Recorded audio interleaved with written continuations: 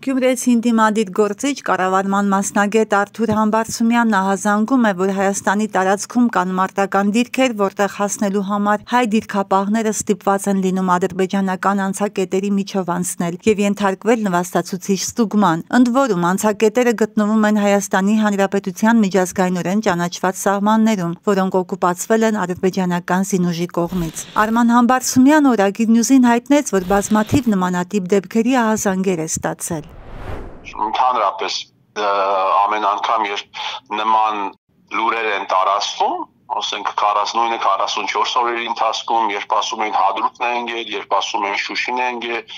երբ ասում են ադրբեջանցիները առաջ խաղացում ունեն, այդ լուրերը իրական լուրերը հերքելու համար Արսեն Հովհաննիսյանն էին մեջ գցում, ասել եմ հիմա մի հատ էլ թող էլի իրենց սովորության համաձայն Արսեն Հովհաննիսյանին հանեն մեյդան գցեն, որպեսզի ինքը հերքի։ Համբարձումյանը վստահեցնում է, որ ընդդիմադիր պատգամավորներն ամեն ինչից շատ լավ տեղեկացված են, ավելին եղել են դեպքեր, երբ նրանք նույնիսկ ցանկացել են մոտենալ այդ դիրքերին, բայց իրենց չեն թողել։ Ես ինքս ունեմ ստացել եմ 100-ին մոտ կարելի է ասել, այսպես ասած վկայություններ,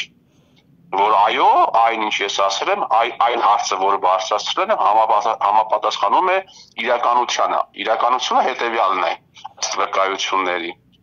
Մարդիկ հասնում են իրենց դիրքերը, դիրքապահները անցնելով հայկական Հայաստանի Հանրապետության տարածքում տեղակայված ադրբեջանական անցակետերի միջով, որի ժամանակ ենթարկվում են ստուգման։ Պարտադիր ձեռքերը վեր բարձրացված ու նվաստացուցիչ պայմաններով։ Իսկ թե ինչու պատգամավորները չեն խոսում այդ մասին, անհասկանալի է։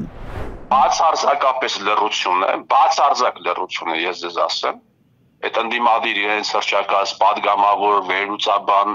չգիտեմ, բլոգերներ, ժուրնալիստներ այդ թվում, որևէ մեկը չի ասում, եկեք 5 հոկանոց մի հատ խումբ կազմենք, գնանք այդ դիրքերը։ Համարները ես եւս ունեմ դիրքերի։ Գնանք տեսնենք, դա ճիշտ է թե սխալ է։